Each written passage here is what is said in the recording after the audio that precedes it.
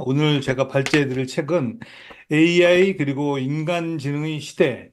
그러니까 이제 보통 X 표시할 때는 뭐 콜라보라든지 함께 해 나가는 이런 의미로 많이 사용을 하죠. 그래서 AI 지능. 그러니까 AI가 기본적으로 인공지능이니까 인공지능과 인간지능이 함께 힘을 합쳐서 뭔가 성과를 내야 된다는 뭐 이런 의미로 보시면 될 것 같은데요. 어, 이 저자이신 김상균 교수님은 지금 현재 경희대학교 경영대학원 교수로 계시는데 주로 이제 전문 분야가 교육공학, 인지과학, 산업과학, 로보틱스. 그러니까 약간 그 공대 쪽에 가까우면서도 인문학적인 뭐 다른 소양이라고 할까요? 인문학적인 좀 백그라운드를 어느 정도 가지고 계신 것 같고 그러다 보니까 이분이 말씀하시는 거라든지 이런 내용들이 뭐 좀 이야기를 풀어나가는 스토리텔링 같은 내용들이 많이 있어서 일반적으로 영상을 보거나 그러면 뭐 볼만하고 내용이 도움이 많이 되더라고요. 그래서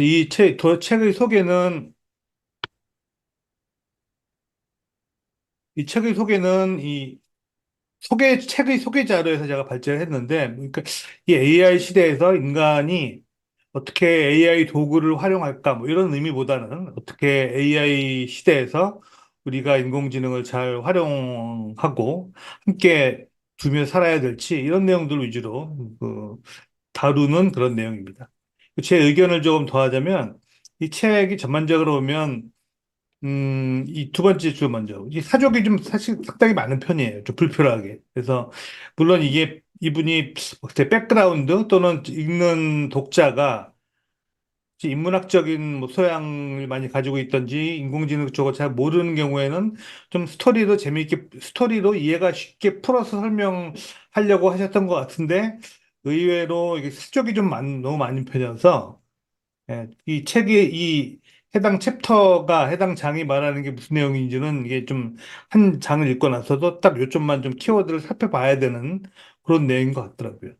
반면에 이제 유튜브 영상 같은 경우는 재미있게 말씀을 좀 잘 하시는데 책은 제가 조금 아쉬운 부분들은 사족이 좀 많다라는 부분인데 그거는 제가 사족이 얼마나 많은지는 제가 이따가 예제 시트를 하나 좀 보여드릴게요. 네. 그래서 인공지능과 인간지능이 어떻게 균형 있게 활용해서 인공지능 시대를 살아가야 되는지 뭐 그런 내용들을 다루는 책입니다. 자, 이 책은 목차는 프롤로그 한 장 있고요. 그다음에 총 6개 장인데 AI로 인간지능을 업그레이드. 이건 좀 개요 측면이죠. 프롤로그 양이 좀 있어요. 그래서 지금 기본적으로 한 크게 세네 장 정도를 다루고 있고, 그 다음에 AI로 인간지능을 업그레이드하는 부분은 어, 이게 사회 현상, 사회상의 어떻게 변화, 그렇기 때문에 인공지능을 왜 꼭 어떻게 활용을 해야 되는지, 써야 되는지 하는 내용들 위주로 나와 있고요. 3장에 제목이 약간 보면 좀 상징적이라고 할까? 약간 그 무슨 소설의 챕터 뽑아내듯이 제목을 뽑아서 제목만 봐서는 무슨 내용인지 잘 모르거나 이해하기도 어려운 경우가 좀 있더라고요. 회장님이 아니어도 비서를 곁에 좀 두라는 이야기는 뭐 여러 개인들이 AI를 어떻게 좀 활용하면 좋을지를 활용 사례 예시로 좀 들었던 내용이고요. 소상공인 여러분, 인건비 걱정, 그 소상공인이 어떻게 활용하면 좋을지, 이거는 몇 가지, 여섯 가지 정도 5가지 정도 있는데, 이거는 그냥 팁 정도로, 이런 식으로 활용할 수 있겠구나, 좀 사례를 보고 스스로 찾을 수 있도록, 가면 좋겠습니다. 그리고 10년 뒤 글로벌 시가총액 20위에 들고 싶나 이거는 총 한 16개 정도의 기업이 인공지능을 이렇게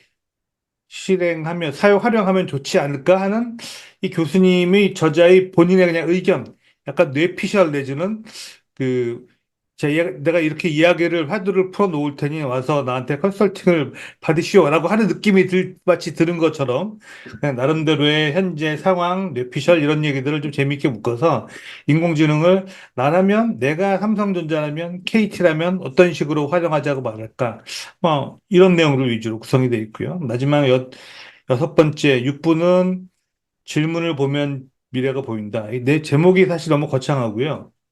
인공지능과 관련돼서 사람들이 궁금해할 만한 FAQ, 자주 물어볼 만한 질문 한 8가지 정도를 풀어헤쳤고, 답도 그렇게 명확하진 않은 편이에요. 그냥 나름대로 생각 한번 해보게끔 할 정도의 내용이어서.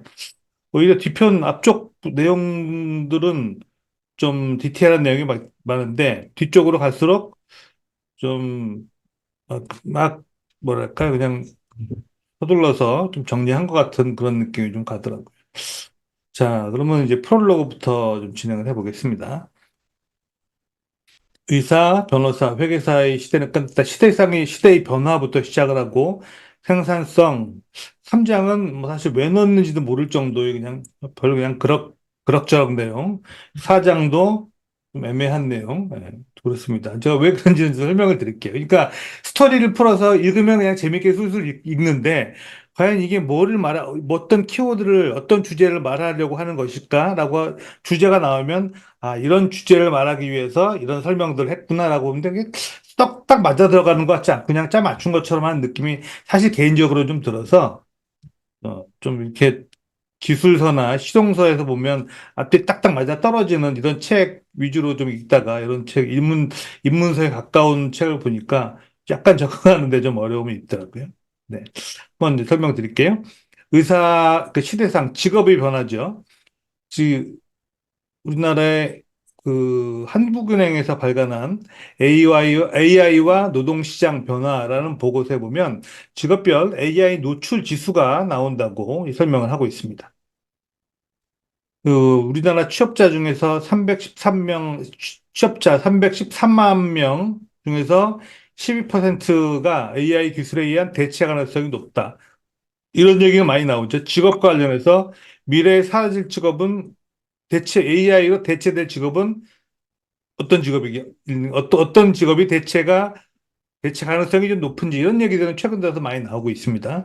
그래서 AI 노출 지수가 높다는 것은 말 그대로 AI에 대체될 가능성이 많다. 이렇게 봐도 일맥상통할 것 같습니다. 그래서 일반 의사, 전문 의사, 회계사 좀 특이한 점은 전문직이라고 할 수 있는 그런 직업들이 많이 AI 노출 지수가 높은 편이었고요.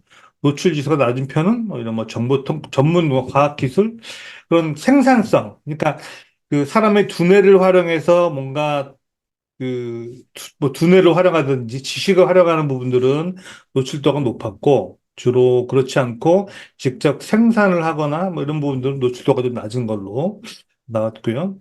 이 교수님이 아마 특강 중에 이런 질문을 받았다고 하네요. 그, 우리 아이를 이제 의대에 보내려고 하는데, 그렇게 의대에 가라고 권해줘도 될까요? 라고 물어봤는데, 그럼 왜 의대를 보내려고 하십니까? 뭐 주로 직업적인 안정성이죠, 뭐.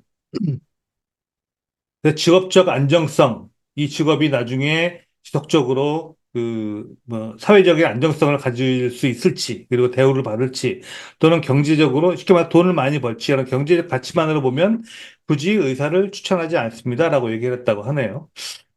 실제로 뭐 직업 이런 우스갯소리인데 많이 나오죠. 그래서 다음 중 실제로 존재하지 않았던 직업은 무엇일까요? 답은 여기 있습니다. 실제 존재했던 직업이래요. 그래서 여러 가지 재미있는 직업들이 지금으로 보면 뭐 말도 안 된다고 생각할 수 있지만 그 당시에는 실제로 있었던 직업이었고 이런 직업들이 나중에 사라질 것인지는 뭐 그 당시에는 쉽게 예측을 하기 좀 어려웠겠죠.